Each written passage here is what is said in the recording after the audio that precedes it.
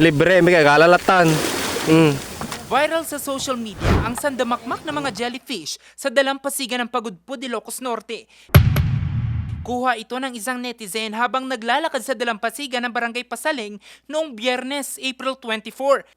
Ang ilan ay napakamot ng ulo kung paano napadpad ang mga ito sa dalampasigan, habang ang iba naman ay napagkamalan itong AI. Pero ayon sa MDRRMO ng bayan, hindi ito fake news at hindi rin daw ito isang pangkaraniwang pangyayari.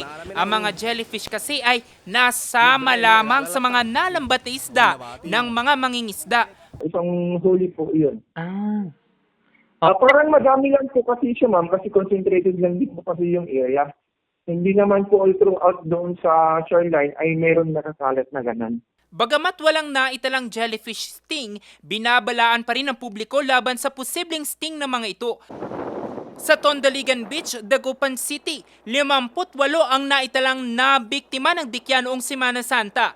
Kaya naman, ang Dagupan City Disaster Risk Reduction Management o CDRRM patuloy ang pagpapaalala sa publiko, lalo na't dagsa na naman ang mga tao sa mga beach ngayong tag-init. Pag sinabing bawal, ay bawal muna, wag maligo. Kung binawalan sila na maligo, ay wag maligo.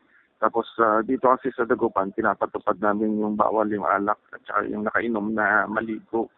Kaya pag once na nasita kayo ng mga personnel po natin, ay sana naman ay sundin po para iwas disgrasya. Tapos pag may nagkaroon ng cases ng jellyfish sting, ay agad i-report sa ating mga lifeguards.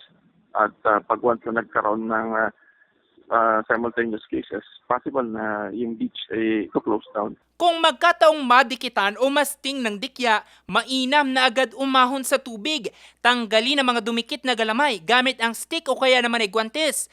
Huwag ding buhusan ng ihi ang bahaging nadikitan ng dikya at agad na tumawag ng lifeguard para sa agarang atensyong medikal. Jose Robert Inventor, Nation on the Move.